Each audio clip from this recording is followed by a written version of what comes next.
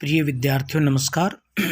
आज के इस वीडियो में हम अध्ययन करेंगे बीए पार्ट द्वितीय के इतिहास विषय के अंतर्गत भारतीय संस्कृति के मूल आधार, जो कि आपका द्वितीय प्रश्न पत्र है। इसके अंतर्गत हम अध्ययन करेंगे भक्ति आंदोलन का भारतीय संस्कृति पर प्रभाव। भक्ति आंदोलन भारतीय सांस्कृतिक चेतना में एक ऐसा उन्मेष था जो बहुआयामी था। देश में शायद ही ऐसा कोई वर्ग होगा जो इससे अछूता रहा हो। भक्ति संतों ने धर्म के तत्व के उदात्म रूप को प्रस्तुत किया। धर्म का यह वह रूप था जो सरल और सर्वसुलभ था। यह कर्मकांड पुजारीवाद, वर्ग और जाति के भेद से बिल्कुल अछूता, उदार और पवित्र था, जिसने जनसाधारण को धार्मिक एवं आध्यात्मिक अवलंबन प्रदान किया।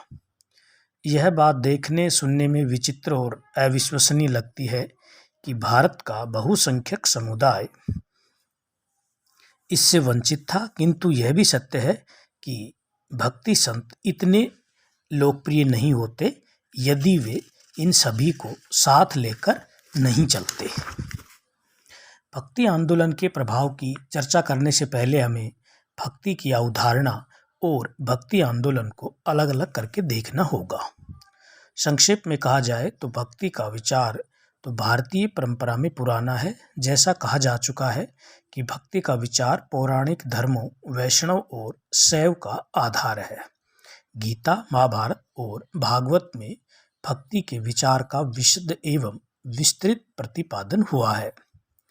पौराणिक धर्मों में और उनके आधार ग्रंथ भागवत में अपने देवता के प्रति प्रेम, श्रद्धा और समर्पण के भाव ने धार्मिक कर्मकांड का स्थान लिया।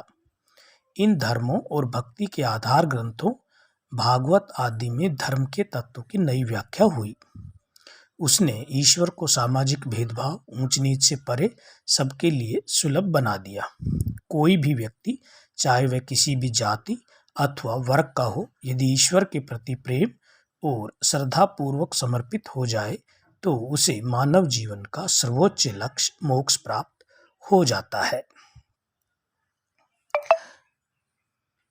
भक्ति का यह विचार उत्तर भारत में मध्यकालीन भक्ति आंदोलन का आधार था। दक्षिण भारत में उत्तरी भारत की तुलना में सदियों पहले आलवारों और नायनारों की परंपरा में भक्ति आंदोलन का आरंभ हो चुका था। बाद में रामानंद के द्वारा दक्षिण से प्रेरणा पाकर उत्तरी भारत में भक्ति आंदोलन का सूत्रपात हुआ। मध्यकालीन भक्ति आंदोलन की विशेषता यह थी कि यह आंदोलन कोई समनुरूप आंदोलन नहीं था, अपितु यह बहुविध था। इसे अनेक आंदोलनों का समुच्चय भी कहा जा सकता है। इन आंदोलनों में परस्पर संपूरक और परस्पर विरोधी स्वर भी दिखाई पड़ते हैं। उदाहरण के लिए सगुण भक्ति संत परंपरावादी थे, जो निर्गुण भक्ति संत परंपरा विरोधी। इन कारण इन आंदोलनों का आधार स्तंभ भक्ति की अवधारणा एक होते हुए भी समाज को भिन्न भिन्न प्रकार से प्रभावित किया। आज यहीं तक, धन्यवाद।